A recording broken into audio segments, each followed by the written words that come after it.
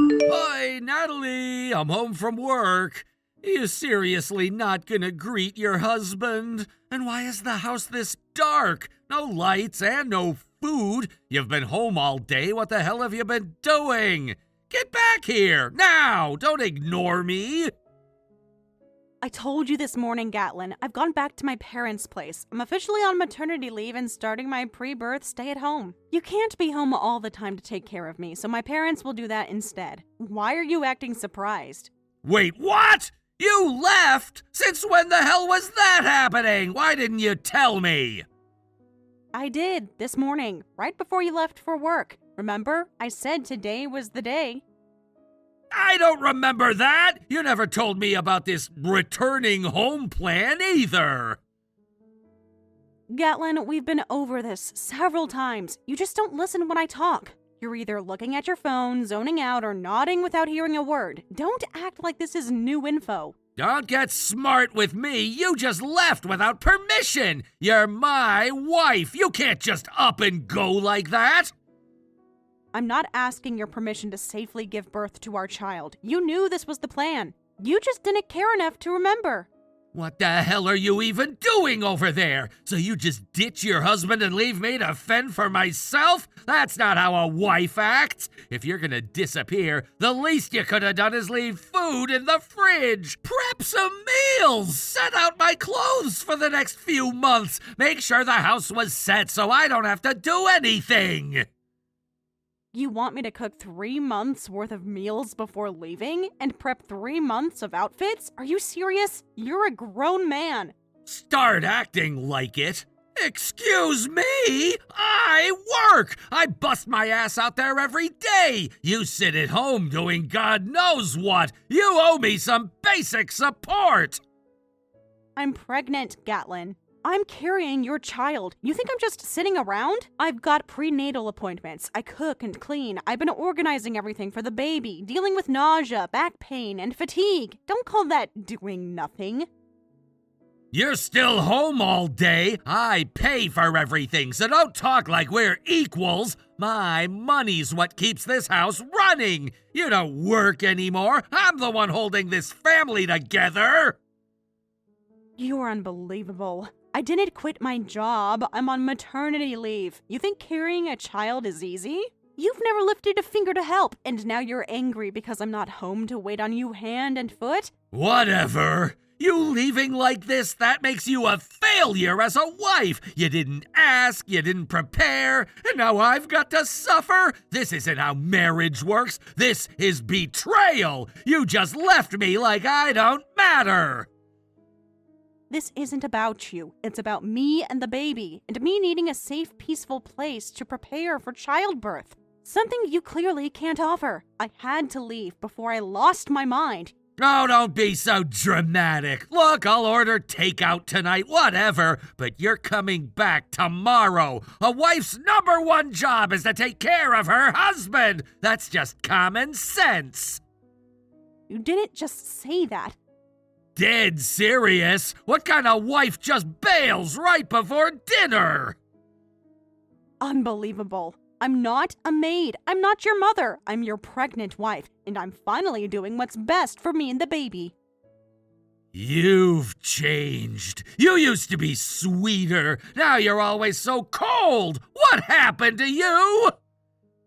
Pregnancy, disrespect, neglect, your entitlement. Take your pick. You keep this up and I might just replace you. You're lucky I haven't walked out yet. You've already walked out in every way that counts. Emotionally, mentally, you're gone. I've been doing this alone for months.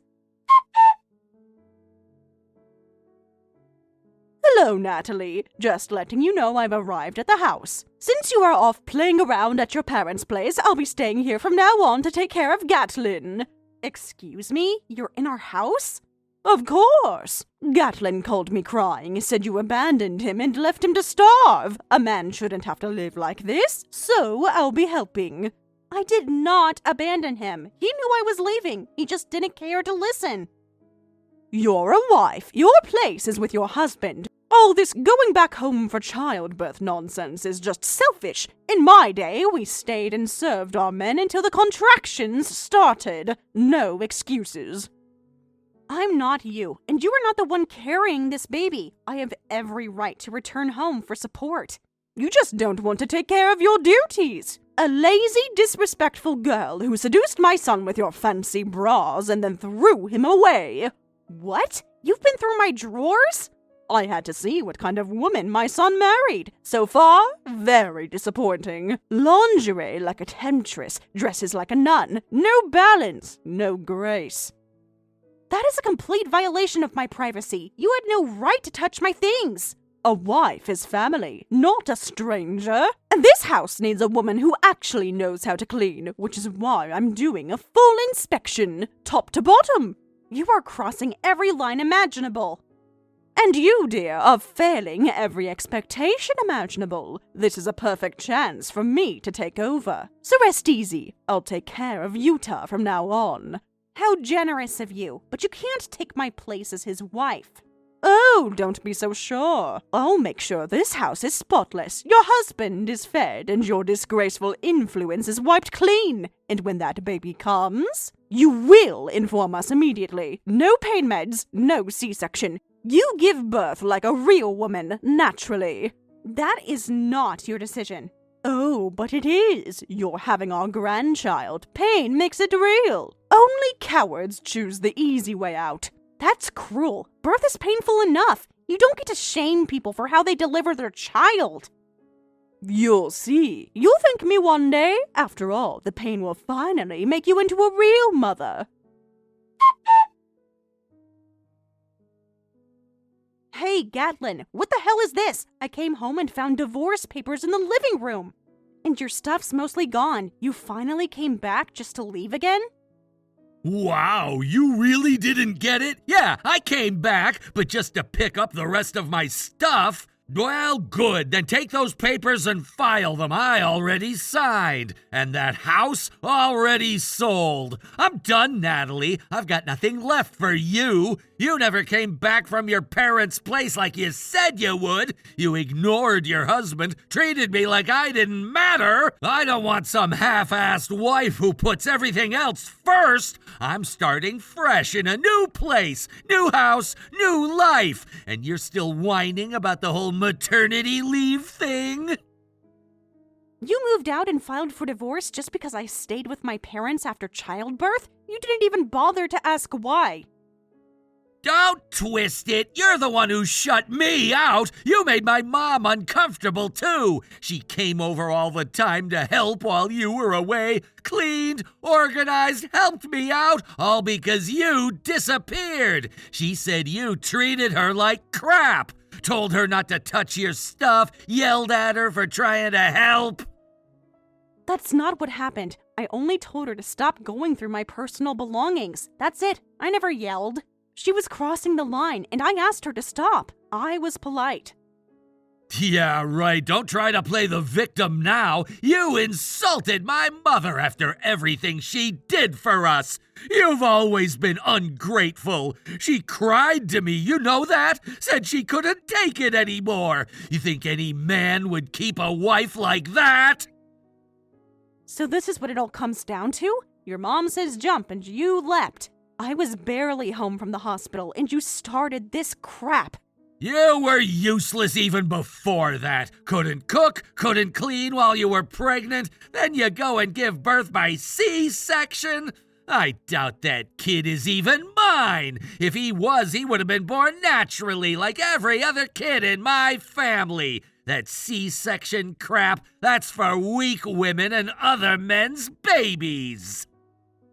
You what? Are you seriously saying my son isn't yours because I had a C-section? Do you even hear yourself? Don't act shocked. You cheated the birth. You couldn't even do that right. I don't want the kid. Take him with you.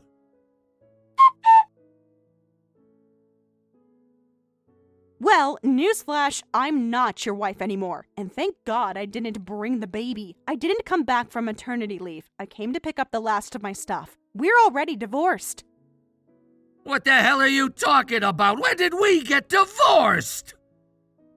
3 days after I gave birth, I checked out of the hospital and went straight to the city office. Filed everything that day. Today, I left the baby with my parents and came to pack up. Didn't think you'd actually have your own signed form waiting on the table too. I thought maybe I acted too rashly. But turns out you wanted a divorce too, so we're good.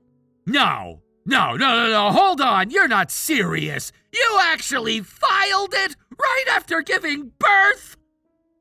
Just like you. I ran out of love, Gatlin. And those disgusting texts from you and your mom, that was the final straw.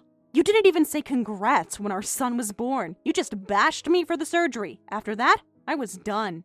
Are you insane? I didn't mean any of it. I never really wanted to divorce you. I thought you'd come running back if I scared you a little, made you take me seriously again. That's all it was. I even set up a new room for us in the new house. You were supposed to follow me. It was a wake-up call. What the hell? You tried to scare me into submission by threatening divorce, and you got your mom involved? This is some sick manipulation. She told me it was time to teach the bride her plays, that I needed to show who's boss. She handed me the papers and said it was time to draw the line. So I signed them. You're beyond stupid. But oh, fun fact, that signature of yours, I already had it. Huh? Yeah. Your mom gave me a signed divorce form a while back. Said I could use it anytime I wanted to stop being her daughter-in-law. Guess she didn't think I'd actually do it. Wait. You're saying the divorce already went through? Sure did. Remember when you two got drunk at my parents' place? You signed something green? That was it. She handed it to me the next morning. Said it was my get-out-of-jail-free card. So I used it, and the office already approved it. You can't be serious.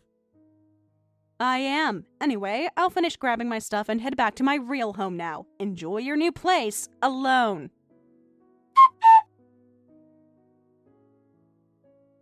I heard everything from Gatlin. First, you left and went back to your parents without permission. Now I hear you filed for divorce all on your own. Honestly, you really are the most selfish wife I've ever met. Right to the bitter end. Well, I guess this is a happy day for you then, isn't it? You've always wanted me out of the picture. Congratulations, your wish finally came true. Yes, actually, I am thrilled. A woman like you was never good enough for my son. So if you're really gone for good, I say, it's about time. Honestly, now that you're out of the way, I'm thinking I might just move in with Utah permanently. That new apartment of his is quite nice. Would be a shame to let it go to waste. By all means, go ahead. Gatlin's not exactly capable of surviving on his own anyway. At least now he'll have someone to pick up after him.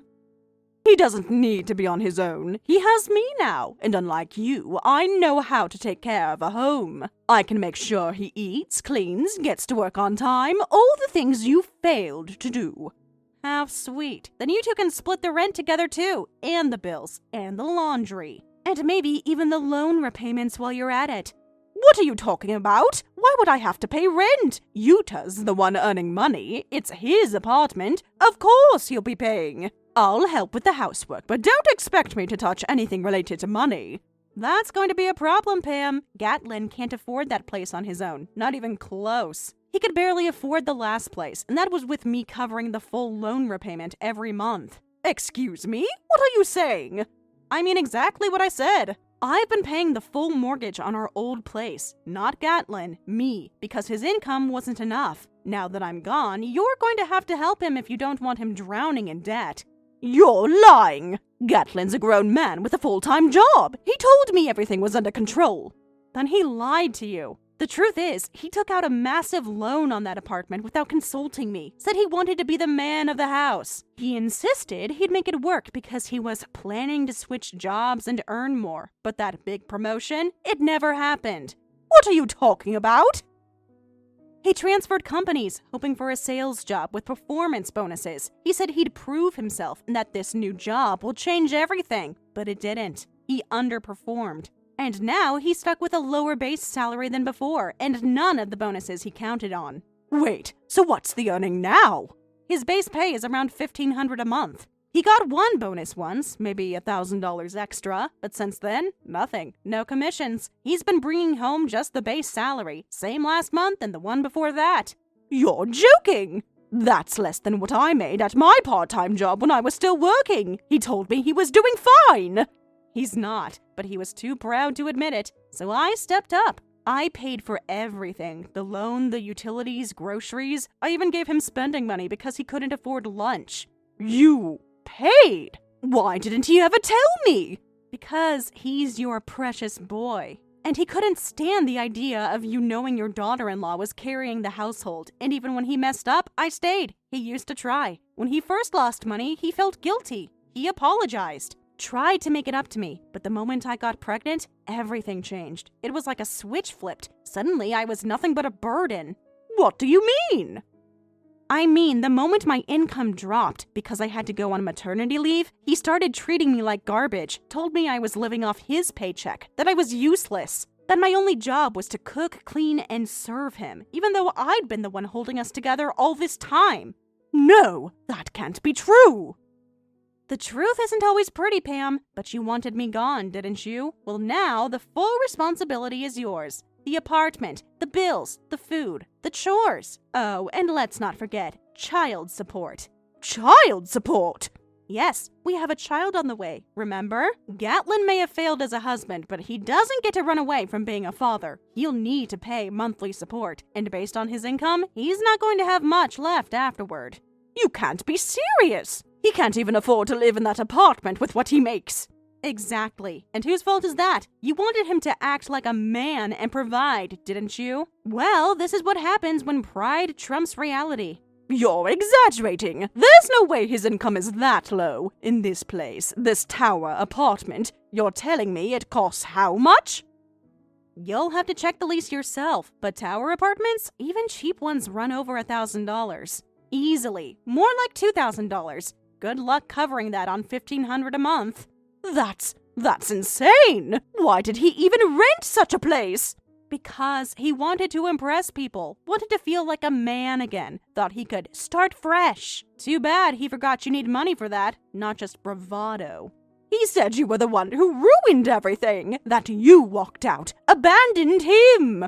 I left because I was tired of being treated like a doormat. Tired of being screamed at for not preparing dinner fast enough. Tired of being called lazy, even while carrying his child. He didn't want a partner, he wanted a servant. So now, Pam, you can be that servant. You can clean, cook, pay, support him. You said you wanted to live with him? Be my guest. Let's see how long that enthusiasm lasts when the bills start piling up. I didn't sign up for this. I just wanted to help him get back on his feet, not carry him. Welcome to my life, except I did it while pregnant, working, and constantly belittled. So forgive me if I don't feel very sorry for you. Anyway, I'm done here. I said what I needed to say. Just one final reminder. Make sure Gatlin remembers his responsibilities. Child support payments start next month. And no, I won't be giving him any extensions. You're really walking away from all this? I already did. Now it's your turn to pick up the pieces. Good luck, Pam. You'll need it.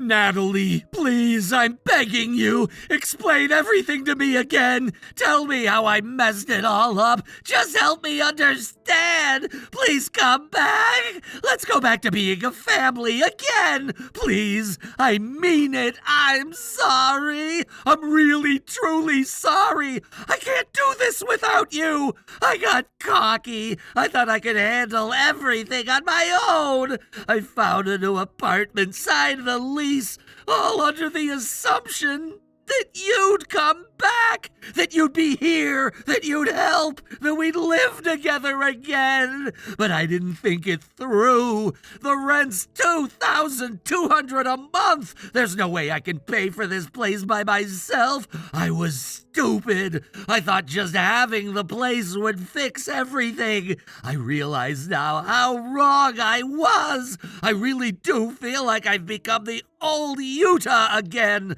not the arrogant guy you've seen recently. I lost sight of everything that mattered, and I ended up taking it out on you. So now you remember how to sound human again. That's a change. I haven't been earning as much as I hoped. I got frustrated, and instead of being honest, I lashed out at you. You didn't deserve that. None of this is your fault. It's all on me. Getting that apartment behind your back, spending money recklessly, blaming you for everything. I see it all now. I was the one who failed this family. But I'm sorry. I mean that. I'm trying to fix it, so please come back. You and the baby. Let's live together in this beautiful new place. Let's try to be a family again. You being sorry is a good start, but it's far too late. You told me, right after I gave birth, that the baby might not even be yours. You looked me in the eyes and accused me of cheating. Do you have any idea how that felt? I know! I was horrible! That was the worst thing I've ever said, and I hate myself for it. That's why I've been preparing everything, just in case you might come back. I bought a baby crib, got diapers, wipes, formula, clothes, toys, everything. I wanted you to feel like you could come home anytime. You don't get it. Those things, they mean nothing to me now. You can't buy your way out of what you've done. You don't just erase betrayal with a crib. The only thing you can do now is pay child support. That's your only responsibility to us. Wait, what? You're really serious about that? Dead serious. We'll discuss the division of assets and child support payments soon, but from now on, all of that will go through legal channels. You'll hear from my lawyer shortly. Natalie, you know how little I make. I already told you the rent here is $2,200 a month. You're still going to demand child support on top of that? Your financial situation is not my concern. You're the father of this child. That means you take responsibility. Period. If you refuse to pay, you don't get to see the baby. I won't let you half-ass this. Not after everything you've done. You're saying I'll never see my own child? Not even once? That's not fair! He's my son, too! You can't do this to me! Even my mom wants to meet her grandchild. She cries at night wondering if she'll ever get the chance. We'll both get on our knees if we have to. We'll apologize. Every cruel word, every mistake, we'll own it. Just please, let us see him. You will be apologizing, both of you. You owe me that much after the way you treated me. But let me make one thing clear. There is no chance of us getting back together. None. You really mean that? I've moved on. The only connection we have now is legal. We are not a couple. You are not my partner. You are the child's father. Nothing more. So that's it. Just like that. You made your choice a long time ago. Now I'm finally choosing myself. Could we at least talk again sometime? Maybe we could just... The next time we speak will be through our lawyers. Expect a message soon. The two of them begged desperately for reconciliation, but when it came to facing the lawyer, they became surprisingly subdued. Both the child support and the division of assets were settled exactly according to my wishes, and I was absolutely satisfied with the outcome. As for what happened to them afterward, well, things didn't go quite as they had imagined. They were immediately asked to vacate the luxury apartment they had been living in, and now they're living in a small, modest apartment with just the two of them, from what I've heard.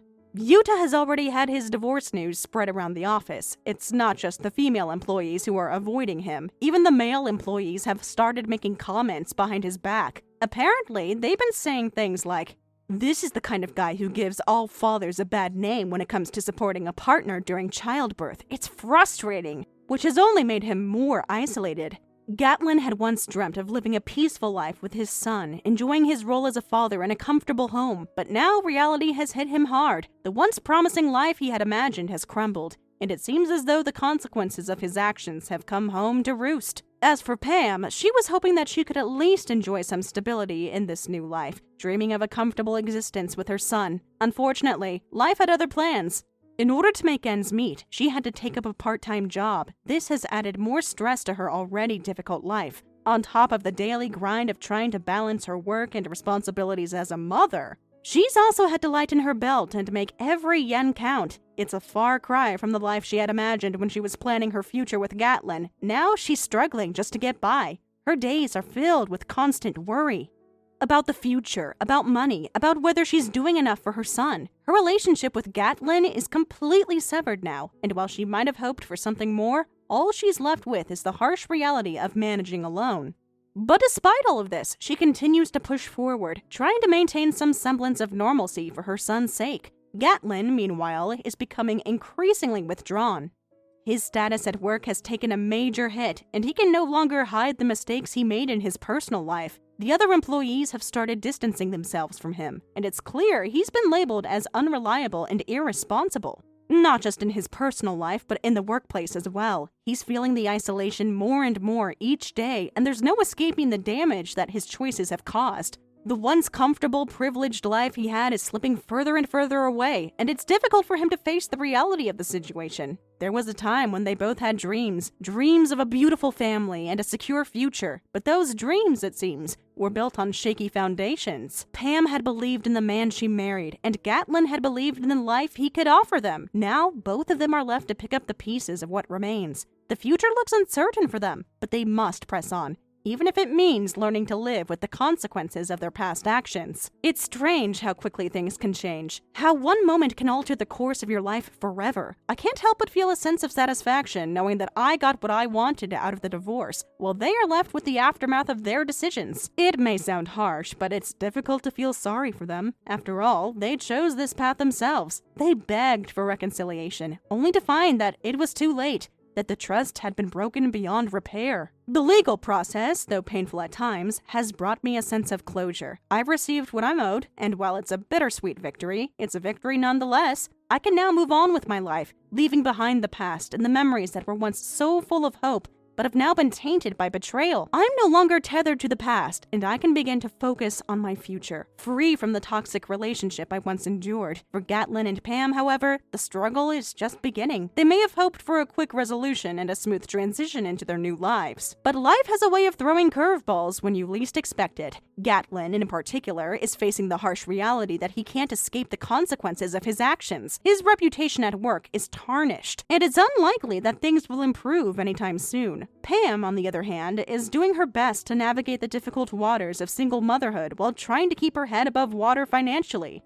But even with all her efforts, it's clear that life is not going to be easy for her. Looking at them now, I can't help but think that they got exactly what they deserved. They may have thought they could pull everything back together, that they could fix things and make it work. But in the end, the damage was too deep, and their chances of finding happiness together are all but gone. It's a tough lesson to learn, but sometimes the consequences of your actions are unavoidable. I've learned a lot from this experience, about myself, about relationships, and about the importance of trust. And while it hasn't been easy, I know that I'm better off now than I was before. I've found strength in the midst of all the chaos, and I'm confident that the future holds better things for me. As for Gatlin and Pam, I can only hope that they learn from their mistakes and find a way to rebuild their lives, even if it means starting from scratch. Thank you for watching and listening. We hope you enjoyed the video. Don't forget to like this video and subscribe. Also, feel free to leave a comment about what you thought of the story. We look forward to seeing you at the next story.